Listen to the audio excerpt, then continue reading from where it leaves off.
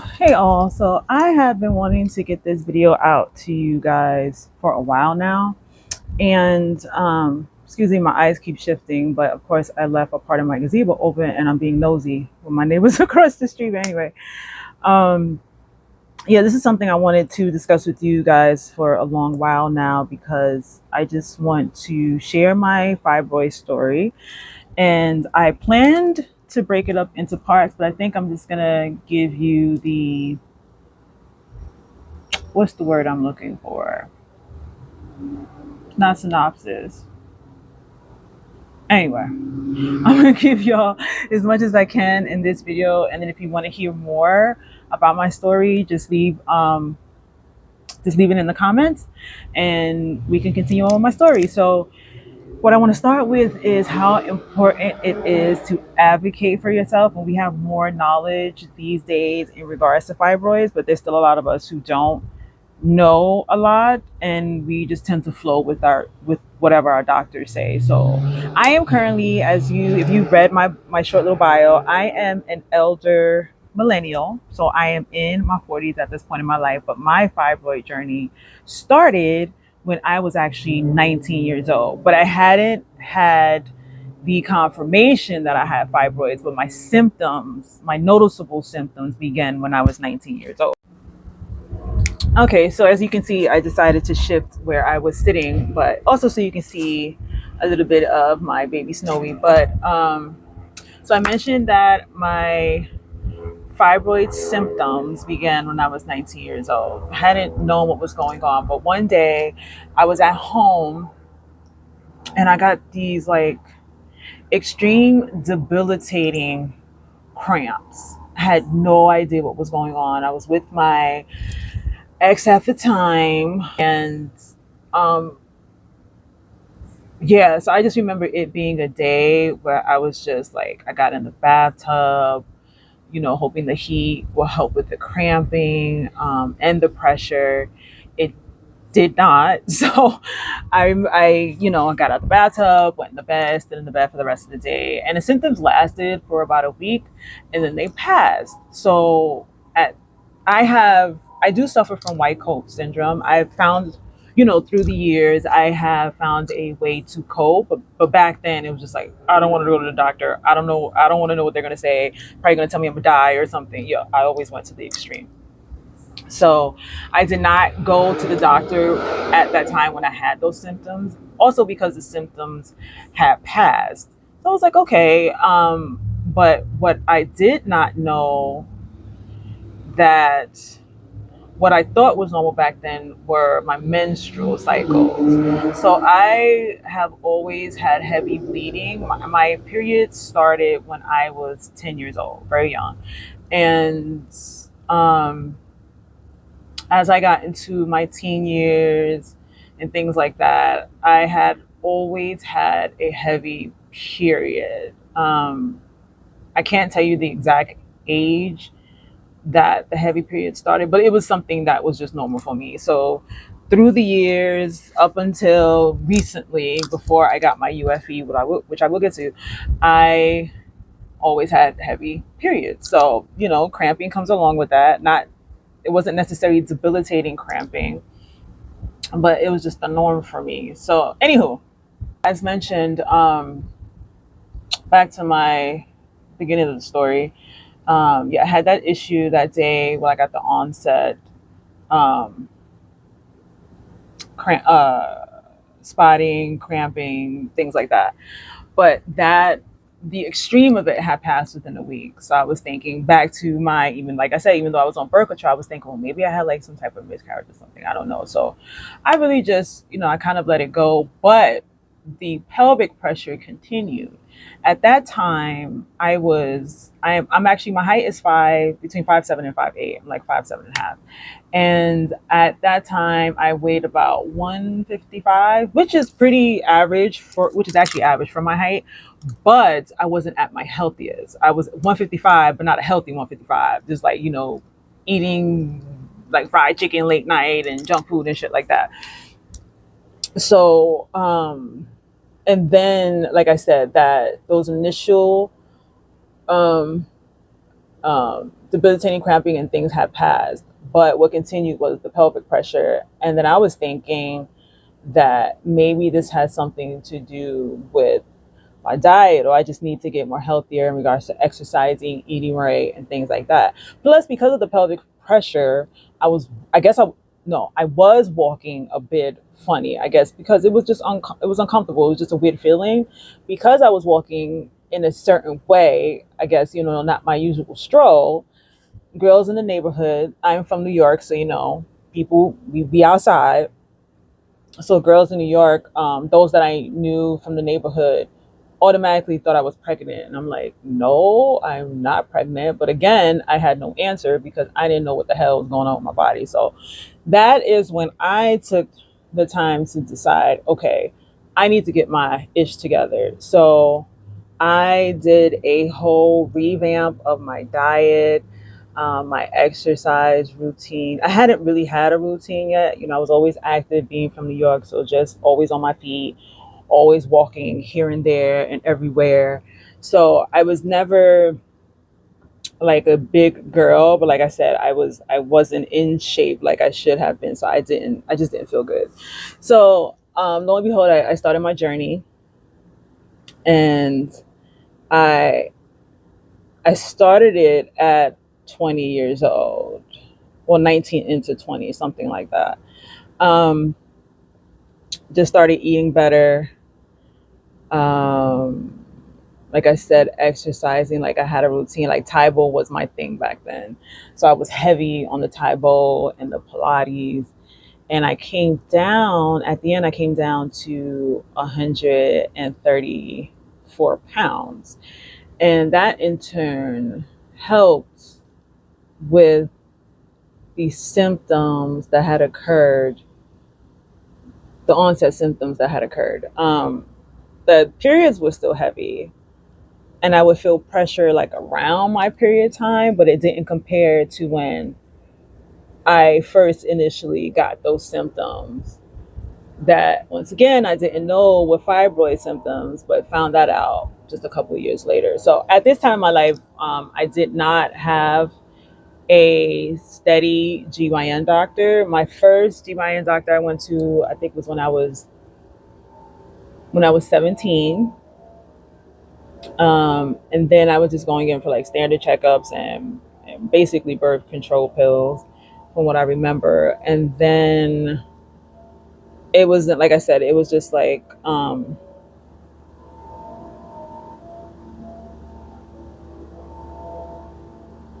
I don't know. I just drew a blank. What the hell was I gonna say? It was a doctor that I had in a clinic that my mom was going to. We were from the Bronx, so it was a clinic there. But you know how those clinics and things can always be overcrowded, and I just felt like I couldn't really develop a relationship with the doctor I was going to. It was kind of just like, okay, do the GYN, don't see anything weird. See you next time. It always felt like a little rushed. So I never sat down. And like I said, I didn't know what the hell was going on with me before. So I didn't want to, I kind of just wanted to keep things just to myself at that time. But then fast forward a little bit to when I was 23, and I had my standard GYN appointment. And this particular doctor noticed something abnormal. Of course, I panicked and I was like, what the hell is abnormal? Because again, didn't know about the fibroids. So she stated that there was something abnormal. She wanted to do some testing, and it led to an MRI. And that MRI led to me finding out that I had fibroids, and I had three of them at the time, which were very small. They were like 6 or 7 centimeters, was 6 or 7 centimeters was the biggest one, and then the other two are like 2 and 3 centimeters, so not big, but again, still nervous because I didn't know what fibroids were. I was like, in my head, because I tend to overthink in my head. So I was like, is it cancerous, blah blah blah. So when this was discovered, my mother and I actually had a conversation, because she also had fibroids. And I think we had the conversation before my exam, but I probably just, I don't know, I forgot. But anyway, her and my now husband um, were with me at that appointment because I was nervous as hell because I was like, why am I getting an MRI? I don't know what's happening, blah, blah, blah. So come to find out, like I said, they discovered the 3 fibroids. I didn't quite understand. My mom had shared the story that she did have fibroids as well in her younger years, but they went away, or yeah, they went away when she had her first child. And she had her first child when she was in her early 20s. She was like 20, she was 21 when she had my oldest brother, which tells me that her fibroids may have come along around the same time that my fibroids came along. And I could have had them even longer, but and may not just have experienced the symptoms until I was 19. Who knows? But yeah, so she explained that to me. And then the doctor, the GYN doctor, also stated that they aren't cancerous. So we'll just take the wait and see approach. So in my, at that time in my life, 23, living my life, just getting my career started, hanging out with my girls, getting to know my now husband and things like that. And just being a 20 something, living in New York, having a nice time. I had a good job, worked in Manhattan. I was getting money. I see if the doctor says we're good and there's nothing that needs to be done, then we're good and there's nothing that needs to be done. But the kicker, fast forward, this was always, I stuck with that doctor for a while until I uh, got a steady job in Manhattan at about, let me think it through. I want to say I was about 25 at this time. Still in between not having, I was still going to the same gynecologist in the Bronx, but at some point I switched to a gynecologist in Manhattan. And same deal. I gave her the background, or she got the background records as well from my doctor in the Bronx. And she did an MRI, saw the fibroids, stated, let's take the wait and see approach. Now, what I did not mention is that the fibroids themselves, at least the biggest one out of the 3, was sitting at the front of my uterus. So the doctors would ask me, are you wanting to have kids and things like that. And at that time, I said, it's a possibility. It's, something that I'm very open to. I see that happening possibly in the future. I wasn't like 100%, but, at that age, and I'm thinking, this is the way I see my life going at this point in time. So yeah, I'd be open to having that. And again, the doctor was like, okay, well, let's continue to take the wait and see approach. Fast forward, this continued on until my 30s. And so what I didn't mention was, this is important. So what I didn't mention was, after finding out I initially had the fibroids, I did an additional overhaul to my diet. So I started eating healthier. I mentioned that. But at that time, I was still eating meat.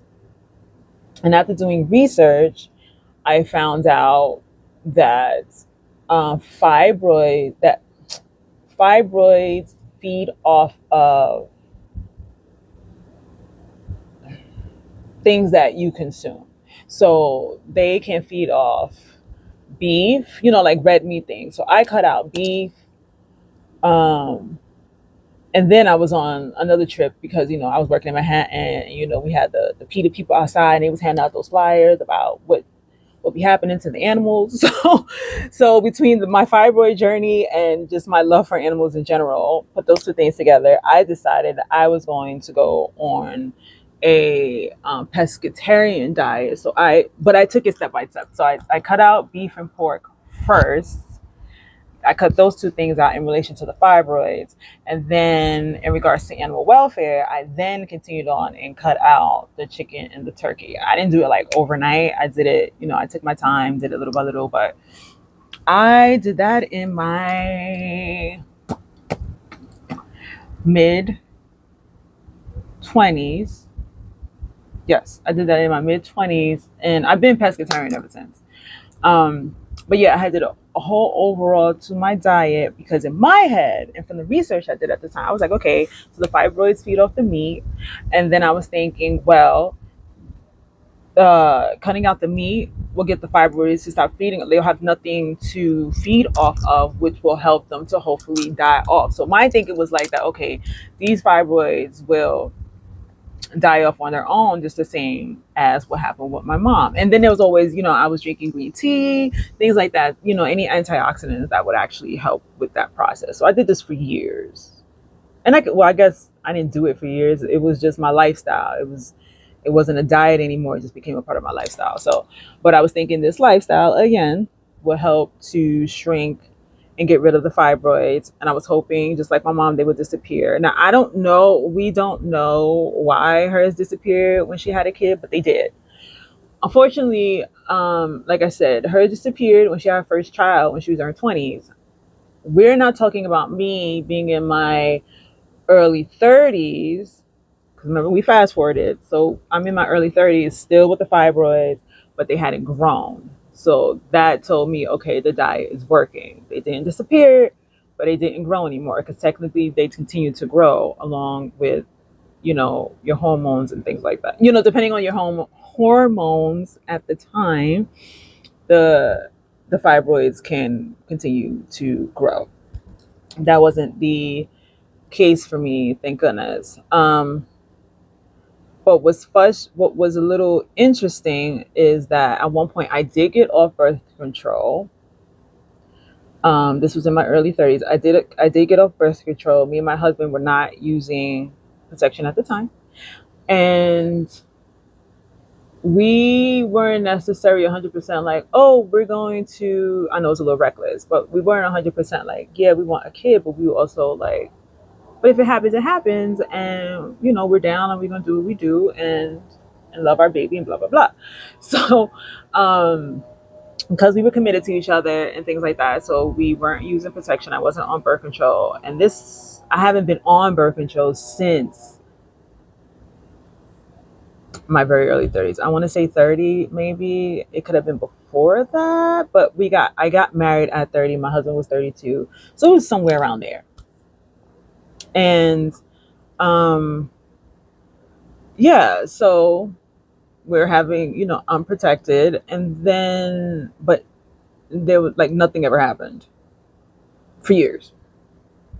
Because remember, I was told to wait and see. I was told that the fibroids shouldn't get in the way of trying to consume. But I guess because I wasn't telling the doctor, "Oh, we're trying, but nothing's happening," I was just continuously told, "Let's take the wait and see approach." Okay, so let me just mention the doctor that I was going to in my 30s. I adored her. I started going to her in my late 20s. So I was going to her for about 6 or 7 years before I left New York. So about six, I'll say 6 to 8 years, because she was recommended by someone at my old job. So it was about 7 to 8 years I was going to her. Dr. Brianna in New York. If you're in the New York area, I don't know if she still practices, but she was in Midtown Manhattan. That's where she was located. So Dr. Brianna was her name. She was very kind. And that was also at a time where people were honestly just still learning about fibroids, and they still are, because people don't even know where the hell they come from. Did a lot of research on that, but I'll save that for another video. But yeah, I was going to her at the time, and like I said, because I didn't have a whole bunch of knowledge on fibroids. I knew what I knew in regards to diet and things like that, and because my husband and I were kind of just open to have a kid, but we weren't like, like we want a kid right now. I didn't, I just told the doctor we're open to it, and if it happens, it happens. And she saw where the fibroids were located, obviously, because what she did was, which I liked, every single appointment, she did an MRI just to check the size of the fibroids, to see if they were growing, if they were staying the same. Thankfully, at that point in time in my life, they hadn't grown, they were staying the same size. So that was a blessing. So she was just like, okay, well, we'll see what happens. But then I moved. So my husband and I moved from New York to Georgia when I was about 33. 33. So, new state, getting to know people, hadn't had new doctors yet. So it took me a while because when we moved here, I actually took a break from working for about 6 months. Then when I went back to work, uh, I started working part time just to get myself back in the groove. And I hadn't known if I want to go back to the same industry. I worked in investment banking when I was in New York, and I love the people that I work with. But I was like, okay, investment banking isn't really for me, even though the money was, whew, but it wasn't for me. So when I got here, I just did a couple of different things to see where I wanted to take my next, go on my next journey or whatever. So I worked part time out here for about 3 years. So I honestly did not have a steady GYN at that time. I think my third year, hold on, let me backtrack a bit. I So we moved here when I was 32. I took 6 months off, worked for 6 months. So I would say a little over 2 years. I hadn't had a gynecologist. Um, but then I finally got some insurance because you know how that goes. But I had increased a few of my hours. Um, I had increased my hours, not to a full time schedule just yet, but enough so that I could obtain health insurance. So I got my health insurance. And I then went to a doctor out here that I found based on the doctors that were listed under my insurance. And this doctor, she was nice and everything, but she wasn't thorough at all. So by this time, I had gained a little bit of weight. I gained back about 7 to 8 pounds. So I was in the 140s at this time. And I went to the GYN doctor, and I didn't feel like anything was out of order. It felt like I've always been feeling, but I did mention that I have fibroids. What bugged me was that I mentioned it to her, but there was no advocacy for doing an MRI and checking to see what was going on with the fibroid. She just did the regular gynecologic.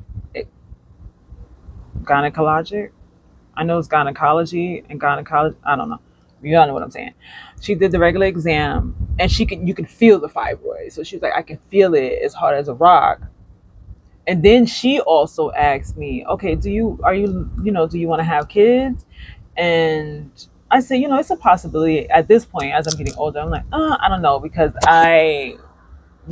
both me and my husband were on a journey, and we had started a journey discovering self and just working on ourselves. Because keep in mind, we've been together since our 20s in New York. You know how New York can be very distracting. If you're from New York or you've been to New York, it can be very distracting. You just focused on work, getting the bag, having some fun times with your friends or whatever the case may be. But then, when you start to settle down a little bit, you start to discover you just want to work on yourself or whatever. So that's the stage that I was at in that moment. I wasn't sure, but again, um, I was leaning toward maybe not, but I was still like, we're still open to it. So it's not a definite yes, but it also isn't a no.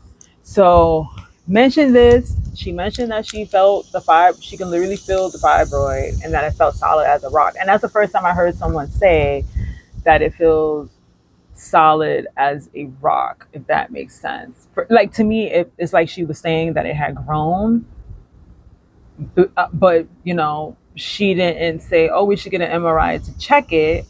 And I wasn't sure about my insurance at that time, so I just let it go. I said I'll just wait for the results to come back, and if it's something abnormal, then it will be mentioned to me, and I'll go back in to get another exam. But I had never heard anything.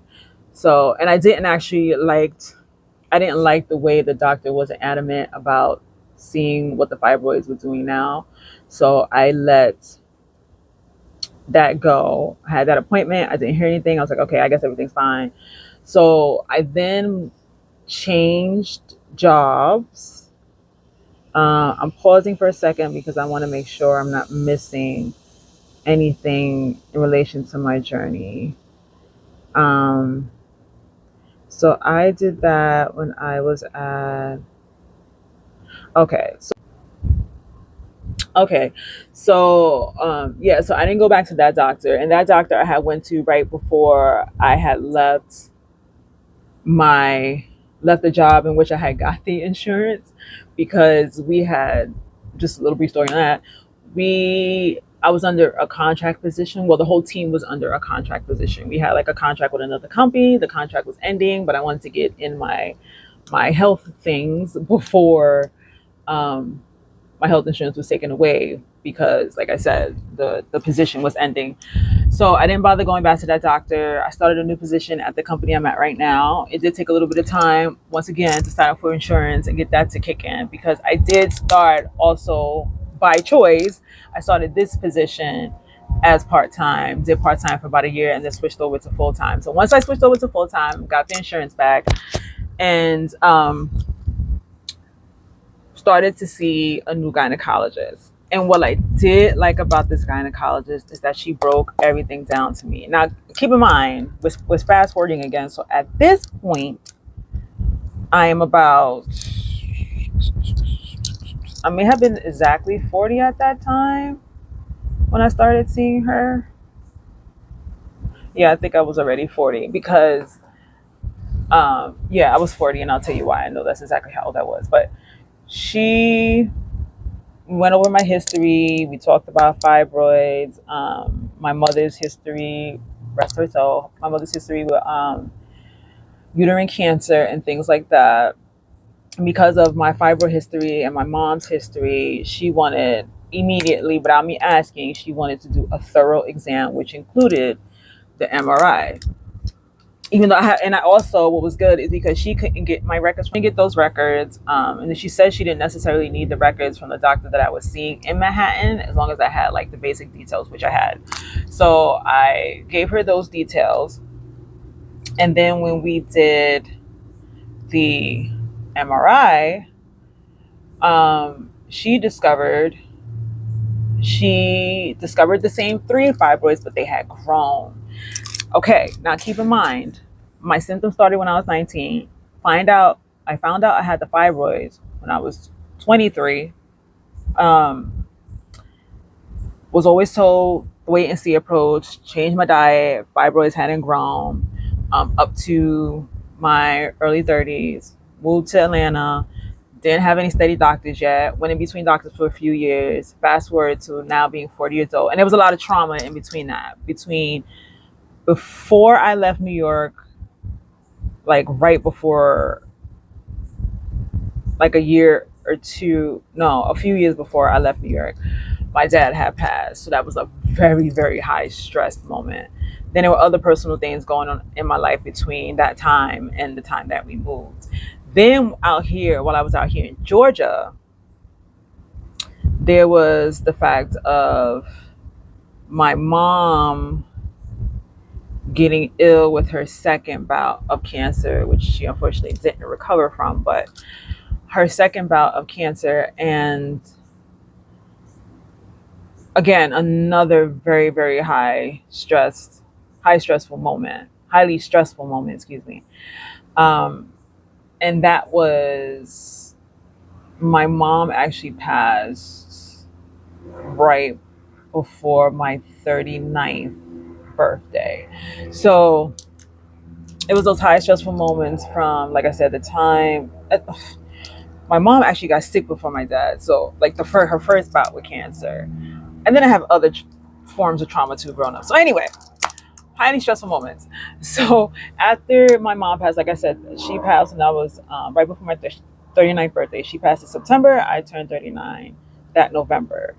And fast forward to when I started going to the doctor out here, the one that I stated that was very adamant where I left off. Sorry, went on a bit of a tangent there. But she was very adamant on doing my MRI, and she noticed that the fibroids had grown. And the reason I backtracked when, like, my mom. Yeah, sorry guys. So I'm picking up because my video cut off. But I backtracked tracked to tell you about the highly stressful moments because, again, after doing research and after finding out that my fibroids had grown, fibroids can also grow. Again, they react to your hormone levels, and stress actually plays a part in that, I believe. But I do remember doing research and reading that stress can actually cause your fibroids to grow. So all those moments that I had, actually, it contributed to the growth. So now I don't have the numbers in front of me, but the fibroid that was the biggest, remember I said the biggest one was 7 when this whole journey started. We were now, I think, oh, I wish I brought the paper downstairs, but we were 11. It grew again, but at that time when she checked, matter of fact, we were at 10 point something. I remember this. We were at 10 point something, and then the smaller ones, which were 2 and 3 at the beginning, were now 6 and 7. So we have 10 point something, 6 and 7 centimeters. Those were the new sizes. They don't sound huge, but they were big enough. They were like, the biggest one was the size of a grapefruit, and it was right at the front of my uterus. So remember, all the doctors that I went to, it wasn't a bunch, but it was enough, it was about a handful, they all knew where my fibroids were seated. Maybe not the first doctor. No, the first one did, sorry, because I remember she's the first one that did the MRI. But yeah, they knew it was sitting, and I'm thinking if me and my husband were we were unprotected all this time, and I've never gotten pregnant, doesn't that mean the fibroid is probably the reason? But again, now in my 40s, with both my parents gone and just in a new stage of life after discovering self and having discussions with my husband, we were at a stage where we no longer wanted any kids. And I like raising my little poo-poos. But yeah, we were just at a stage when we didn't want any kids. But that doesn't mean I was down for this next suggestion. So from this particular doctor, like I said, she was great. The exam went well. She explained everything, like she broke it down. And then she even gave me, again, which I brought it downstairs, but she gave me a sheet with all the options that it had in relation to fibroids. But what kind of rubbed me the wrong way just a little bit was she was, because of my age, her first suggestion was a hysterectomy. I don't want no damn hysterectomy. What? I know I mentioned to her I don't use something I didn't want. So what was good is that before I went to her, excuse me, I had did my own research again, little nerd, and I came across UFE, but I hadn't known that much about it yet. And this is uterine fibroid immobilization. I hadn't known about it yet, but I did learn about laparoscopy. This procedure is a little different, but she told me because of the size of my fibroids that I wasn't a good candidate. So, like I said, she recommended hysterectomy. I said I don't want that. So then it was no, sorry. Let me rephrase. The laparoscopy. I don't think I'm saying that right, but she recommended that if I didn't want to do the hysterectomy, and that was still another procedure where they'd have to cut you open and take the fibroids out. And I initially almost went that route, but the reason she suggested this is because she figures I was still at an age where I had a chance to have kids. Even though I said me and my husband had made a decision that we were good. I don't know what she heard in my voice, but she said, "You don't sound very confident, so we should do this surgery. So this way, you still have a chance of having children. Because if you do UFE, then that lowers your chances, or you have no chance at all of having kids." And like I said, I had already made a decision. Okay, I think UFE is the way I want to go. But then she put this in my head, and I was like, "Well, maybe I do." And I basically didn't advocate for myself hard enough, and I let her try to make the decision for me. But after I went home, had some thought, and then a couple weeks later, I had decided that no, that's not the way I want to go. And because of the distance of where she was pretty far. She's like 45 minutes out from where I live. I said to myself, maybe I had gone to her twice, excuse me. So I did go to her twice. And like I said, great bed manner, things like that. But I didn't like how she tried to make a decision for me based on what she thought instead of what I told her. So due to that, and because she wasn't really down with doing the procedure I wanted, I stopped going to that particular doctor. Then this past year, or the end of last year, I found a new GYN closer to where I live. So this doctor in particular is about a 7-minute drive from my house. And we had to, went in there, gave him my backstory. She did the exam, and I told her what's going on my fibroids, and I'm just jumbling it up, but she did an MRI. And then she immediately, I said, well, she asked me, she mentioned hysterectomy as well. She said, that's an option, but she said, it's up to you. What do you want? So I mentioned to her the UFE, the Uterine Fibroid Embolization. She didn't question it. She wasn't like, oh, are you sure? Because you should have a chance to have kids. She didn't do any of that.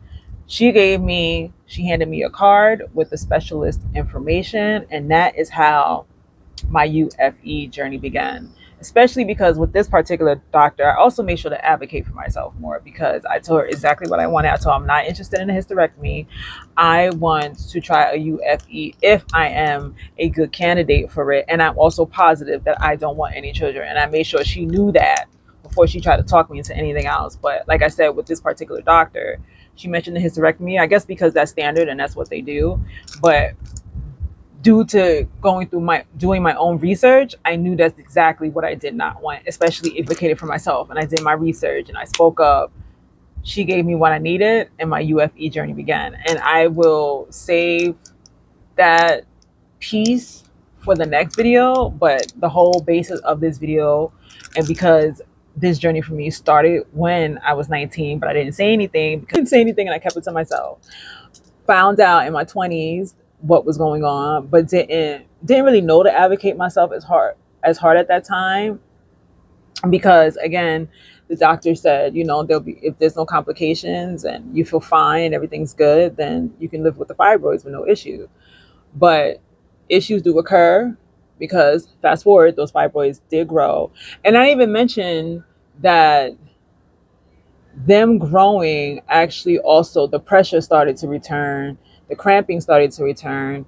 And I assume that this was occurring because of the weight gain, but it was weight that I wanted to gain because I preferred to be at 145 instead of 134. But then I said, well, if I gain weight and this is what happens, then like this really isn't a way for me to live, because it's like I will constantly have to adjust my lifestyle to the yeah, so I'd have to adjust my lifestyle to the fibroids, and it was like, what the hell? Like, enough is. I just had enough. I had enough of trying to, like, I just wanted to eat what I wanted to eat.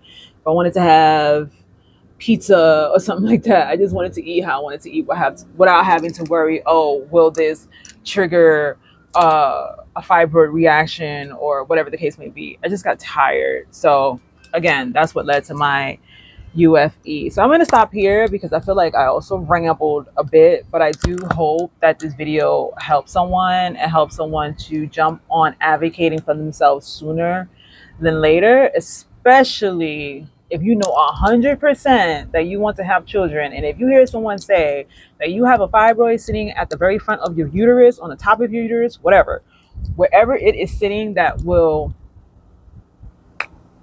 stop you from procreating, you need to advocate for yourself and talk to your doctors, research your options, and always remember hysterectomy is not your only option. And also, if you're like me, and you're a woman of a certain age, and you also decide that you don't want children, but you also don't want your fibroids, if you want a hysterectomy, if you've done your research and you know that's what you want, fine. But don't let doctors tell you that's what you should get because of your age, especially if it's something that you don't want. So I hope this video has resonated. I hope it has made sense, because again, I did ramble a bit, but I do hope this story helps you. And I will be back with story number 2, which will revolve around the UFE itself. I'm giving you a bit more information about that. And yeah, so if you can relate to this story, if there's anything you want to share, get off your chest about your fibroid journey or just fibroids in general or whatever you want to say, just leave it in the comments. If this video resonates in any way, you'll like to hear more stories from me in the future, please be sure to subscribe. And until next time, please be sure to take care of yourself. I'll see you guys next time. Bye.